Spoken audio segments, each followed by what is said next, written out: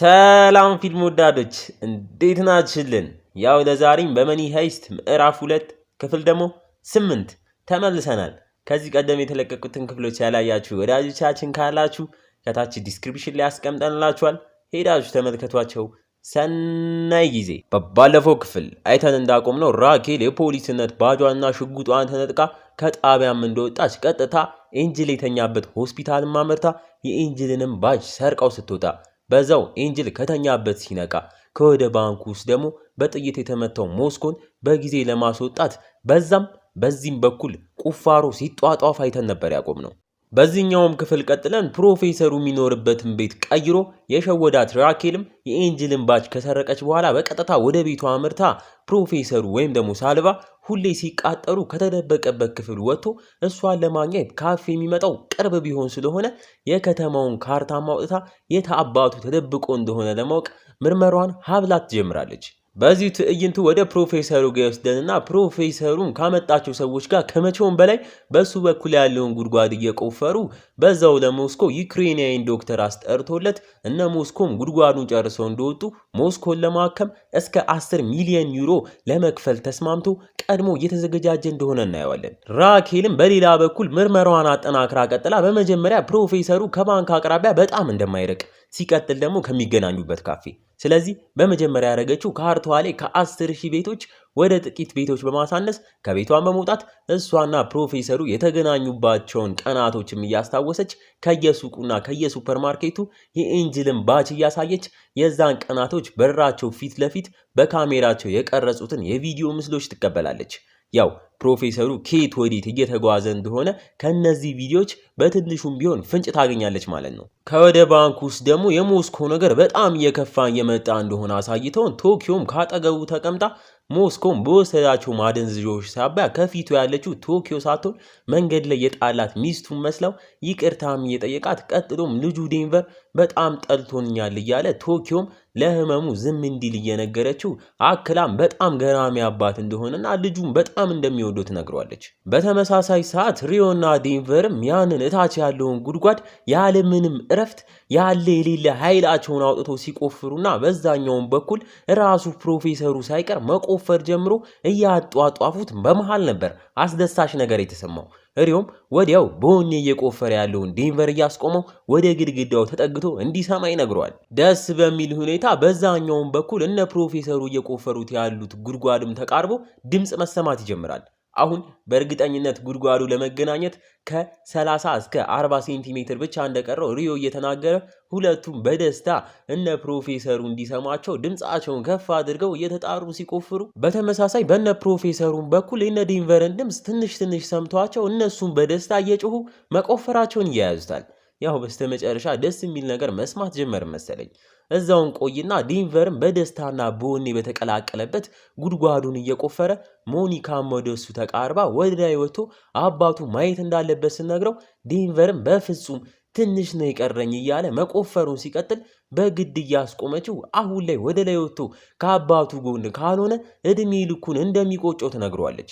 እሱም ትንሽ አቅማምቶም ተስማምቶም ወደ ላይ እንደወጣ ክፉኛ ሞት አፋፍ ላይ የደረሰው አባቱን ማጠገብ በቀስታ ተጉዞ ጉድጓዱንም ለማገናኘት ትንሽ እንደቀራቸው እናም ትንሽ ብቻ እንዲጠነክር እየነገረው እንባ በተሞላበት አንደበት በፊት ያልኩክ ማለትም መጠላ ካለው ያልኩክ የውሸቴን ነው። መቼም ቢሆን አንተን የመጥላት ስሜቱም አቅሙም ኖሮኛ አያውቅም። እናቴም የሚያረካት ነገር አማራጭ ስላጣክ ነው እያለው ሞስኮም ምንም አታስብ እያለው ለሞኒካም ልጁን እንድትንከባከብለት እስከ 300 ሚሊዮን ዩሮ እንደሚሰጣት እየነገራት እንደ ቀልድም ይህንን ራስ ምታት የሆነ ልጅ ተንከባከቢው፣ እኔም ለትንሽ ጊዜ ለሽርሽር ልጥፋ ይላታል። ለሌሎቹ የቡድን አጋሮቹ ደግሞ ስሜን እኮ አላስተዋወቅኳችሁም እያለ እውነተኛ ስሙን ይነግራቸዋል። ትክክለኛውም ስሙ ኦገስቲን ራሞስ እንደሆነና ስላወቅኳችሁም ደስ ብሎኛል እያለ በስተመጨረሻ ሞስኮ ልጁ ዴንቨርን እንደሚወደው እየተናገረ ለአንዴና ለመጨረሻ ጊዜ ከዚህ ዓለም ወደማይቀርበት ሞት ላይመለስ ያሸልባል። ዴንቨርም አባቱ መሞቱ ሲያይ እምባውን እያነባ የሞተ አባቱ ላይም ተጠምጥሞ የስልጠናው ጊዜ በትዝታ የሚዘፍኑትን ስፔኒም ዘፈን በቀስታ ይዘፍንለታል። በዚህ መልኩ ሙሉ ባንኩ በሐዘን ይዋጣል። ይህንንም ዜና ለመሪያቸው ፕሮፌሰሩም ተነግሮት እሱም አብሮት ለወራት ስንት ነገር ሲያቅዱና ሲያረጉ የከረሙትን ሞስኮን በዚህ መልኩ ማጣቱ አሳዝኖት ሲያለቅስ እናየዋለን። በዚሁ ሌላ ደግሞ ራስ ምታት ወደሆነ ዜና ስንሄድ በመርማሪነት ብቃቷ በጣም ጎበዘኞቹ ራኬልም ምርመራዋን በሚገርም መልኩ አጧጥፈው እያንዳንዱን ከሱቆችና ከሱፐር ማርኬቶች የተቀበለቻቸውን ቪዲዮዎች ያለመታከት ተመልክታቸው ካርቷም ላይ ፕሮፌሰሩ የተደበቀበትን ቤትንም አጥብባ በስተመጨረሻም ትክክለኛውን የተደበቀበትን ቤት ያገኘችው በሚመስል መልኩ ከእናቷም የመኪና ቁልፍ በመቀበል በፍጥነት ቤቷን ለቃ ስትወጣ እናያታለን። ወዩ ከወደ ጣቢያ ደግሞ እነሱ አሪዝና ኮሎኔል ፕሪቶ ምርመራቸውን አጠናክረው እያደረጉ በመሃል እነሱም ከየሱፐር ማርኬቶቹ የተቀረጹ የቪዲዮ ምስሎችን ሊወስዱ ሲሞክሩ በራኬል እንደተቀደሙ ባወቁ ጊዜ ኮሎኔል ፕሪቶ በንዴት በስተመጨረሻ ወደ ባንኩ ውስጥ በፊት ለፊት በር ሰብረው እንዲገቡ ለሱዋሬዝ አሉ የተባሉ ወታደሮችን አዘጋጅቶ ወደፊት መራመድ እንዲጀምሩ ያዘዋል። ሱዋሬዝም ያንን ካደረጉ ታጋሾች ሊሞቱ እንደሚችሉ እየተናገረ ኮሎኔል ፕሪቶም ምንም ምርጫ እንደሌላቸውና እነዚህ ሌቦች ከራኬል ጋር እስኪያመልጡ ከመጠበቅ በመንግስትም ወደ ባንኩ እንዲገቡ ስለተፈቀደላቸው ምንም ያህል ታጋች አሊሰን ፓርከር ራሱ እያለች ቢሆን ራሱ መግባት አለብን ይላል። ከወደ ባንኩ ውስጥ አሁን ሞስኮ መሞቱ እርግጥ ከሆነ በኋላ ልክ ጭንቅላቱ በታጋሾች ተመቶ በሄልሲንኪ እንደተገደሉ ኦስሎ በእንጨት የሬሳ ሳጥን አድርገውት ጎን ለጎን ካረጓቸውን በኋላ የተቀበረበትንም ሳጥን በዴንቨር ጸሎት ተደርጎ ሲዘጉት እናያቸዋለን። እንግዲህ ሁለቱ ምርጥ የተባሉት የቡድኑ አካላቶች ኦስሎና ሞስኮን ካጡ በኋላ ባንኩ ውስጥ ሐዘን ብቻ በተሞላበት ሰዓት ነበር። ምንም ቢመሽ ይነጋል እንደሚባለው ያ ለቀናት ሲቆፍሩት የነበረው ጉድጓን ተገናኝቶም ፕሮፌሰሩና ቶኪዮ በውስጥ እየተያዩ በደስታም ይሞላሉ። በሌላ በኩል መርማሪዋ ራኬል በእናቷ መኪና ትክክለኛው የፕሮፌሰሩ የተደበቀበት ቦታ ስትደርስም እናያታለን። በስተመጨረሻ ያ ጉድጓድ ከተገናኘ በኋላ ፕሮፌሰሩም ወደ ባንኩ እየገባ ከ5 ውዥንብርና ልፋት ከተሞላባቸው ቀናት በኋላ ለመጀመሪያ ጊዜ ሁሉንም የቡድኑን አባላት እያገኘ ያቅፋቸዋል። ቀጥሎም ወንድሙ የሞተበትን ሄልሲንኪን ከዛም አባቱ የሞተበትን ዴንቨርንም አግኝቶት ለሁሉም ነገር ይቅርታ እየጠየቀው አቅፎም ያባብለዋል። ዴንቨርን በዛው ሞኒካን ሲያስተዋውቀው እናየዋለን። ፕሮፌሰሩም በቀጣይ በናይሮቢ መሪነት እስካሁን ወዳተሙት ወደ አመረቱት ገንዘብን በለው እንጂ እየወሰደችው 984 ሚሊዮን ዩሮ እስካሁን እንዳተሙም እየነገረችው እሱም በዛ ሁላ ገንዘብ ፊት ሆኖ እንባም ደስታን በተቀላቀለበት አንደበት እሷ ያለችውን 984 ሚሊዮን ዩሮን እየደጋገመው በትንሹም ሲስቅ እናየዋለን። ወደ ፖሊሶቹ ጣቢያ እንመለስና ሱዋሬዝም የታዘዘውን ማለትም የታጠቁና የተደራጁ ፖሊሶችን በፊት በር ለማስገባት ዝግጅቱን እንደጨረሰ እየተናገረ በመሃል ሌላ አዲስ ዜና ይሰማሉ። ዘራፊዎቹ የሚቆፍሩትን ጉድጓድ እንደጨረሱ እናም ሊወጡ እንደሆነ በመለኪያቸው ለክተው እንደደረሱበት ይነገራቸዋል። ያው ፖሊሶቹ የማያውቁት ውሸተኛው ጉድጓድ በታጋቾቹ እየተቆፈረ ያለው ማለት ነው። በዚህ ጊዜ ኮሎኔል ፕሪቶም በደስታ ከፊት ስንገባባቸው ለማምለጥ በዛ ጉድጓድ ሲገቡ እኛም ከጉድጓዱ መውጫ ፊት ለፊት በተጠንቀቅ እንጠብቃቸዋለን እያለ ድጋሚ ወደ ባንክ ውስጥ እንመለስና ፕሮፌሰሩን ባንኩን ለቆ በዛው ጉድጓድ ወደ ተደበቀበት ክፍል ሲመለስ በኮምፒውተሩ ስክሪን ላይ ከውጪ ብዙ የታጠቁ ፖሊሶች ወደ ባንኩ ሰብረው ሊገቡ እንደሆነ ሲመለከት በድንጋጤ ስልኩን በማንሳት ወደ ባንኩ ውስጥ በመደወል በርሊንንም ፖሊሶች ሊገቡ ስለሆነ ብሩን በፍጥነት ወደዚህ ማምጣት እንዲጀምሩም ነግሮት በርሊንም ተስማምቶ ስልኩ እንደተዘጋ ነበር። ማናችንም ባልገመትነው መልኩ ከኋላ ሽጉጥ የተደቀነበት ደቃኟም በፊት ፍቅረኛው አሁን ደግሞ አሳዳጁ የሆነችው ጎበዟ መርማሪ ራኬል ነበረች። ቆይ ከዛ በፊት ግን ባንክ ውስጥ ደረቱ ላይ ቦምብ የተጠመደበት ቀሽቃዡ አርቱሮ እንዳይንቀሳቀስ ስለተባለ እንደዛው ቁጭ እንዳለ እንቅልፉ ከአቅም በላይ ሆኖ እያዳፋው ሄልሲንኪ ማጠገቡ መቶ ሽጉጡን ሲተኩስበት እንቅልፍ ላይ የነበረው አርቱሮ ባኖ እየነቃ ሄልሲንኪም የተጠመደበትን ቦምብ ገነጣጥሎ መሬት ላይ ከጣለ በኋላ ወደ ታች ታጋቾች ጉድጓድ ወደሚቆፍሩበት ቦታ እየወሰደው አርቱሮም እስካሁን የተጠመደበት ቦምብ የውሸት መሆኑን ባወቀ ጊዜ ሄልሲንኪ ላይ በጣም እየተበሳጨ እንደሚበቀለው ይናገራል።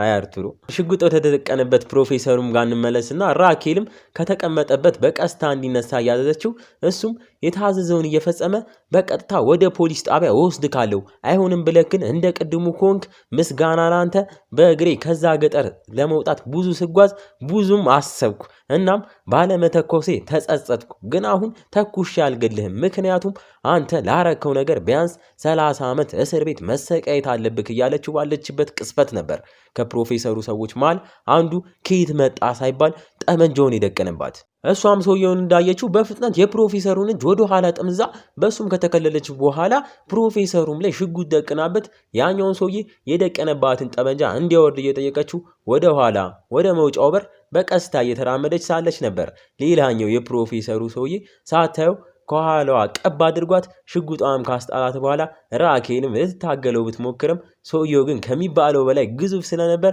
እንደምንም ከእጁ ብታመልጥም በስተመጨረሻ ግን በዛኛው ሰውዬ ጠመንጃ ተደቅኖባት እጅ ትሰጣለች። የምር ነው ግን እምላችሁ ራኬል እንደዚህ በቀላሉ የምትረታ አይነት ሰው አይደለችም።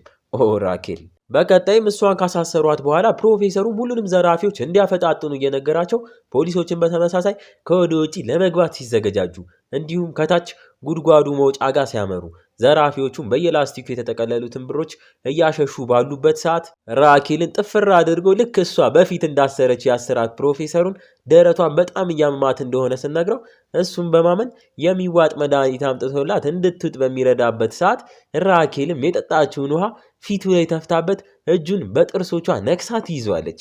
ፕሮፌሰሩም የተነከሰውን እጁን በግድ ሲያላቅቃት በእግሯ ደግሞ ሆዱን ብላ ትዘርሯለች። በለው ምን አልኩኔ። ፕሮፌሰሩም እንዲህ ከታሸ በኋላ ህመሙን ዋጥ አድርጎ ከወደቀበት እየተነሳ ይህ ሁሉ ነገር ባይፈጠር ደስ ይለኝ ነበር፣ ሁሉንም ነገር በጥሩ ሁኔታ አቅጄው ነበር፣ ግን አሁንም ቢሆን ሁሉም ነገር በጥሩ ሁኔታ ሄዶ እኛም በሰላም ገንዘቡን ዘርፈን ከፖሊሶች ካመለጥን አሁንም ተሸናፊ መሆነው እኔ ነኝ፣ ምክንያቱም አንቺን ዳግመኛ ባለማየት እያላት ራኬልም ይህንን ነገሩን ድጋሚ መስማት እንደማፈልግ እየነገረችው እሱም ቀበል አድርጎ ለምን መስማት አትፈልጊም እኔ መጥፎ ሰው ስለሆንኩ እያላት እናንተን የሚያስዋያችሁ የትኛው መጥፎ የትኛው ጥሩ እንደሆነ ነው እንጂ እኛ አሁን እያረግን ያለ ነው ሌሎቹ ሰዎች ሲያረጉት ምንም ማለት አይደለም። ለምሳሌ በ2011 የአውሮፓ ማዕከላዊ ባንክ 171 ቢሊዮን ዩሮ ባልታወቀ መንገድ ዝም ብለው እንዳተሙና እንደወሰዱት ልክ አሁን እኛ እያረግን እንዳለ ነው። ትንሽ ልዩነቱ የእነሱ በጣም ብዙ ነው እያላት በቀጣዩ ዓመት ደግሞ በ2012 185 ቢሊዮን ዩሮ በ2013 ደግሞ 145 ቢሊዮን ዩሮ እንዳተሙና ያሁላ ገንዘብ የት እንደሚገባው ታውቂያለሽ? የሚገባው ቀጥታ እንደታተመ ወደ ሀብታሞቹና ባንከሮቹ ወደ ሆኑት ኪስ ነው ይላታል። ግን ይህን ሁላ ሲዘርፉ አንድም ጊዜ ባንኩ ሌባ ነው ያለው የለም። እነሱ በሚሉት ስሙ ሊኪዲቲ ኢንጀክሽን እንጂ ሌብነት አይደለም። ገንዘብ ከመሬት ተነስቶ ማምረት እያለ በምሬት ቃላቶች እሱም አሁን ላይ ሊኪዲቲ ኢንጀክሽን እየሰራ እንደሆነ ግን እሱ እየሰራ ያለው ለሀብታሞች ሳይሆን በሀገሪቱ ተሸናፊ ለተባሉ ሰዎች እንደሆነ እየነገራት ባለበት ቅስፈት የራኬል ስልክ ይጠራል። ደዋዩም ለቀናት ኮማ ውስጥ ተኝቶ የነበረውና አሁን ላይ የነቃው ኤንጅል ነበር። ፕሮፌሰሩም የኤንጅልን ስም በስልኩ ሲያየው ኤንጅል ነቅቶ ከሆነ ለፖሊሶች ይህን ቦታ ከተናገረ እዚህ ቦታ በ5 ደቂቃ ፖሊሶች መድረሳቸው አይቀርም። እስኪ ላገናኝሽና አውሪው፣ ግን በፈጠረሽ ሌላ ነገር እንዳትወይ እያላት ወደ ጆሮዋም ስልኩን እያስጠጋው ሲመጣ ራኬልም ስልኳን እንዳያነሳው እየነገረችው፣ ምክንያቱም ካነሳው ከጣቢያ ስልኳን ስለጠለፉት የት እንዳለው ያውቃሉ። ስለዚህ ሌላ ተለዋጭ ስልክ አምጣልኝና እኔ ራሴ ለኤንጅል ልደውል ትለዋለች። በስተመጨረሻ ራኬል ከዘራፊዎቹ ጋር መስራት ጀመረች። እንዴ ወዮ! ፕሮፌሰሩም በዚህ ጊዜ ሌላ ተለዋጭ ስልክ በፍጥነት አምጥቶላት ወደ ኤንጅል ስልክም ይደውላሉ። ሆስፒታል ውስጥ ያለችው ነርስ የኤንጅልን ስልክ አንስታው ኤንጅል እንደነቃም የነገረቻት፣ ግን ሲነቃ አንቺን ሳያወራ ማንንም ማውራት እንደማይፈልግ ነግራት ታገናኛቸዋለች። ኤንጅልን ማውራት ሲጀምር ራኬልም እንባዋን መቆጣጠር ሲያቅታት እያየናት እንዴት እንደሆነ ትጠይቋለች። ኤንጅልም ደህና እንደሆነ ነግሯት በቲቪ ከኬዙ ላይ እንዳነሱሽ ሰማው፣ ማንኛውንም ፖሊስ አግኝቼ ከማዋራቴ በፊት መጀመሪያ አንቺን በአካል አግኝቼ ማናገር እፈልጋለሁ ብሏት ራኬልም ተስማምታ ስልኩ ያበቃል። ራኬልም ቀጥላ ፕሮፌሰሩን ግዴታ ለቋት ኤንጅልን ሄዳ ካላናገረችው ለፖሊሶች ይህንን ቦታ ይነግራችኋል ስትለው ፕሮፌሰሩን በዚህ ጊዜ ያ የማይሆን ነው እያለ ለማሰብ በፍጥነት መንጎራደድ ሲጀምር ራኬልም በትክክለኛ ስሙ ሰርጂዮ ብላ ጠርታ ክው ካረገችው በኋላ እኔ ካሁን በኋላ አምኜ ካለው ከአንተ ጋር ነኝ ስትለው አሁንም ቢሆን ጥርጣሬ ላይ ያለው ሰርጂዮ ከደቂቃዎች በፊት እኮ እንደ ውሻ ስነግሽኝ ነበር ግን ልመንሽ ይላታል። ራኬልም ቀበል አድርጋ ወደ እሷ እንዲቀርባት ጠይቀው እሱም ፈራ ተባ እያለ ቀርቧት ድጋሚ ነከሰችው ብለን እያሰብን ግን በተቃራኒው በሚገርም መወርወር ከንፈሩ ላይ ተለጥፋ ትስመው ጀመር። ዋው! እንግዲህ እሱም እንዲህ ከተሳመ በኋላ ራኬልን በማመን ፈቶ ይለቃታል። እሷን በፍጥነት መኪናዋ ውስጥ ገብታ ጉዟን ወደ ኤንጅል ጋር ታደርጋለች። እና እንዴ ነው ፊልም ወዳጆች፣ መኒ ሃይስት ምዕራፍ 2 ክፍል ደግሞ 8 ምርጥ ነዋ። ከወደዳችሁትና እንዲቀጥልም ከፈለጋችሁ እንደ ሁልጊዜው ላይክ፣ ኮመንት እንዲሁም ለወዳጅ ጓደኞቻችሁ ሼር ማድረጋችሁ እንዳትረሱ። በቀጣይ ክፍል እስክንገናኝ ፊልም ወዳጆች ነበርን።